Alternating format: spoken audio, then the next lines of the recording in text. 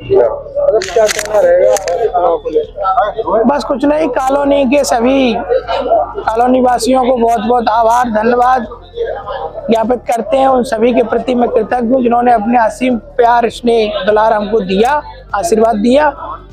अब मैं वचनबद्ध हूँ कि उनके प्रति मेरी जवाबदेही है और मैं अच्छे से उनके जो दायित्व है कॉलोनी के हितों के लिए उसमें मैं खरा उतरूँ।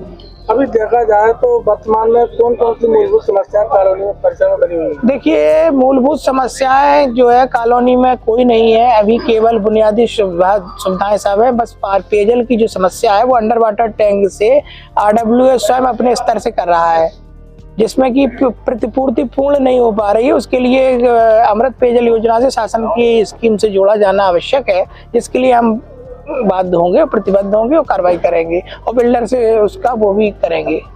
तो अगर बात की जाए सिक्योरिटी को लेकर तो उसमें क्या नया करने वाले हैं? अब हाई क्लास सिक्योरिटी और CCTV कैमरे और काफी अच्छा वो करेंगे। एक बने हैं हमारी पत्नी श्रीमती अर्पित राय, श्रीमती रश्मि राय उपाध्यक्ष पद पर निर्वाचित हुई हैं। आप सभी को और कॉलोनी वासियों को बहुत बहुत बधाई। हम सभी नतमस्तक हैं अपनी कॉलोनी वासियों के लिए।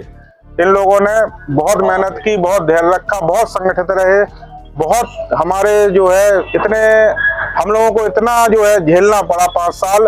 अब उससे हम सब लोगों को निजात मिलेगी। बहुत षड्यंत्रकारी जो है अपने आप जो है परास्त हो गए हैं और सारे हमारे बुजुर्ग, हमारी माताएं बहनें, हमारे बच्चे, कॉलोनी का स्टाफ, कॉलोनी का कर्मचारी, कॉलोनी के सारे लोग जिसका भी इस काम में सहयोग रहा है, हम सब उनका बहुत बहुत तहे दिल से धन्यवाद देते हैं। सनफान अशोक सिटी झांसी। सर्वप्रथम तो मैं सभी अभी आप जो मीडिया प्रभारी हैं सारे लोगों का मैं धन्यवाद करता हूं कि जिन्होंने हमारे इस चुनाव को कवरेज कर रहे हैं।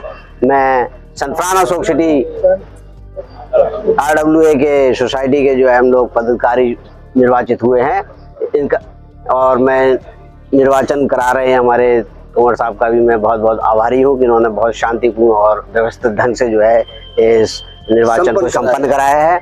और मुख्य समस्या ये थी कि यहाँ तो बिजली प्लस सफाई प्लस सुरक्षा प्लस जो है बहुत सी चीजें, पार्कों का सुंदरीकरण ना होना है, रोडों का रखरखाव कराना, अब ये सब बहुत बड़ी स्थिति खराब थी कि हम लोगों की डिमांड थी कि जो है भाई कुछ कॉलोनी के लिए एक अच्छा कर पाए। लेकिन हमारे पिछले जो पूर्व अध्यक्ष रहे उन्होंने जो है हम लोगों की बातों को नहीं सुना।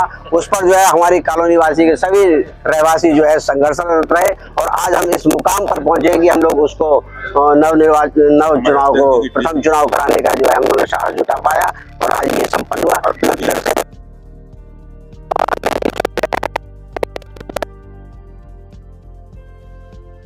करके और संघर्ष में हाई कोर्ट और जो है कमिश्नर है, DM है, सारी सब जगह हम लोग कंप्लेन करते रहे और जो है उनसे हम लोगों को सारा संघर्ष के तहत जो हम लोग को विजय प्राप्त हुई। और आज ये सब आप लोगों के सामने है, रहवासियों के सामने है कि हम लोग जो उसमें विजय प्राप्त हुए हैं। और अब जो होगा कल से ही हम लोग अपने कार्यों में जो है व्यस्त हो जाएंगे। कॉलोनी के जो रखरखाव है, कॉलोनी की सुरक्षा है, कॉलोनी की सफाई व्यवस्था है, बिजली की व्यवस्था है, उसको हम लोग बराबर ध्यान रखेंगे।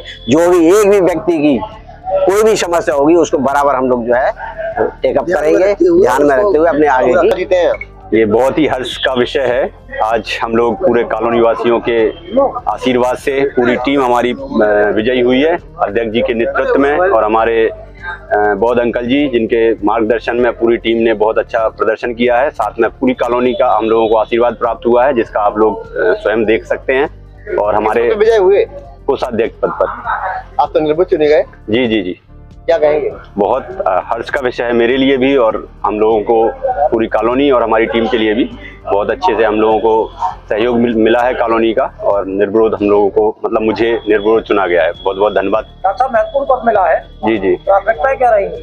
प्राथमिकताएं कितना पैसा पहले खर्च करेंगे? देखिए अभी हम लोगों के संबंध में क्योंकि पूर्व जो कोषाध्यक्ष रहे हैं उनसे पहले चार्ज लेना है, उसके बाद ही हम लोग आगे इस विषय में कुछ चर्चाएं कर पाएंगे। बाकी मेरा जो आप लोगों के माध्यम से जो कॉलोनी वासियों के लिए विचार रहेगा वो ये रहेगा कि पारदर्शिता बरती जाएगी और पूर्ण रूप से जो भी हिसाब किताब होगा उसको बिल्कुल पारदर्शिता तरीके से हमेशा दर्शाया जाएगा और स्पष्ट रूप से उसको सभी को